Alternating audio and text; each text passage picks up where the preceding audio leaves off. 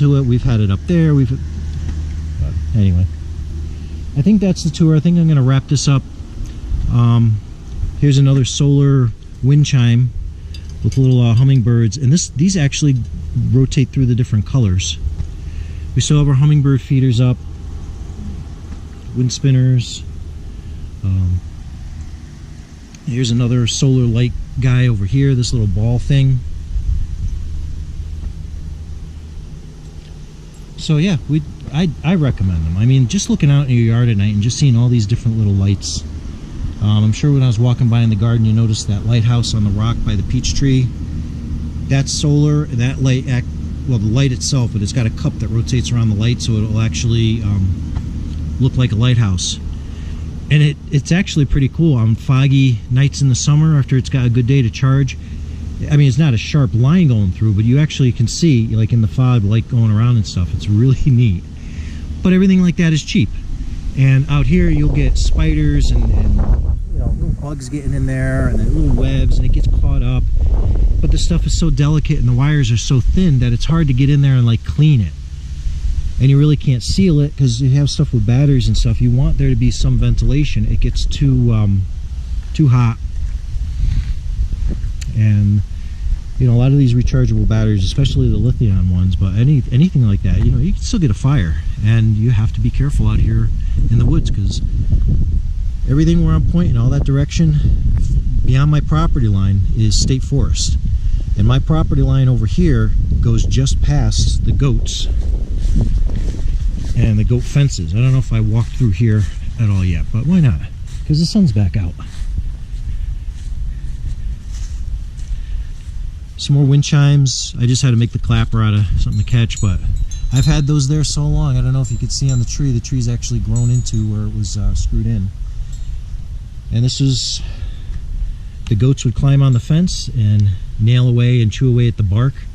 So this whole branch is actually going to have to go now that I'm looking at it. I thought it was just where they were crossing, but that's definitely girdled way more than half.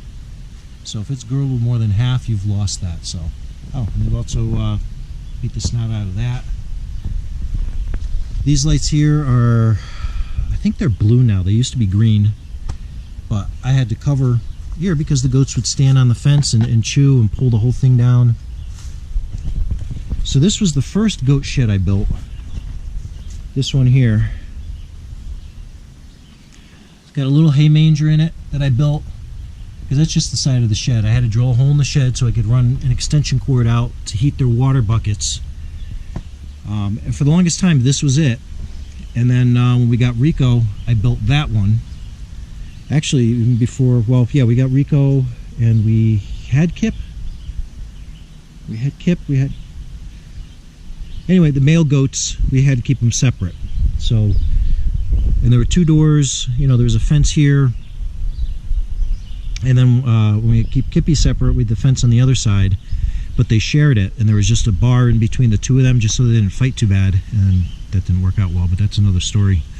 And then when a friend through the donkey rescue, her daughter had goats, so we got this whole shed. Her father had built it, and they disassembled it, and we brought the whole thing home and put it together. So I figured I'll put it up on there because these were 3 weathered goats, so they were boys that couldn't reproduce. So just to give them more room, we put it up here and just connected a door, and that way they had all the area. And up until we got these guys, we were closing the goats in at night. Okay, you're safe, you're closed in. These guys hated it. They did not want to be closed in. So after that, we had to keep the doors open, and the goats stayed out all night, or they just, you know, went inside under cover. You know, so in the rain, maybe they'd stand in there. The snow, they didn't mind. But here's the fence. This is the property line, is the stone wall right back here. And this is a 5-acre lot next to mine. As you can see, the orange flags, they're looks like they're coming in and just kind of putting up a property line because it changed realtors again. This property's been for sale since we moved up here, and it's switched a couple of times. So this fence is just all beaten down because over the winter, during one of the storms, this tree fell. This is a maple that came off over here. So even though it was protected by these pines and all this other forest, the winds were just enough, and this thing, you know, once you came down, you could tell that it had a lot of softness in it and a lot of rot. But that's the problem with maples. They look good, and then all of a sudden they're bad. Here, I'll show you an example. Here's another maple, and the only thing with this is I stapled in a couple of staples for the goat fences. Maybe the goats chewed a little bit here, but otherwise it was all right. But when you get down here, that's all hollow in there. That's all rotted out. So that one's going to come down. But if we sell, it's not my problem. So that was the goat area, and this fence kind of divided out, so Rico could be over this way. He's got his little door to get in there, which you wouldn't think a goat with big horns would care for a hobbit hole, but he loved it. And then when Selena was born, we built this extra shed because the other goats were kind of being mean to the mother and her, so we kind of put that over there, and then when she got bigger and we could get her in, we just kept it out here as an extra. So this was literally a last minute. Dee started on that it was March.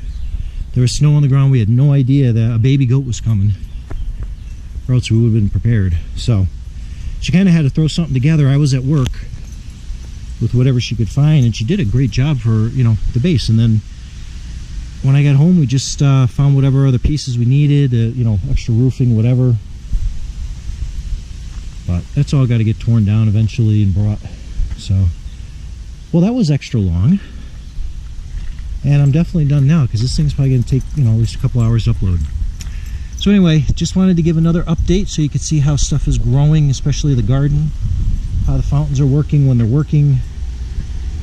And give me an excuse to get out today. It's 84 degrees out, 72% humidity. Like I said, the breeze is just really not that refreshing. We're still waiting on quotes. The guy came, we're still waiting to get a quote on the door. And when we get the door done, then we can get the flooring started. And the flooring guy already has the floor. It came in, he's got it, he's just waiting for the door guy. So even though we have the air conditioner going and the floors are dry, these water tanks are sweating like crazy.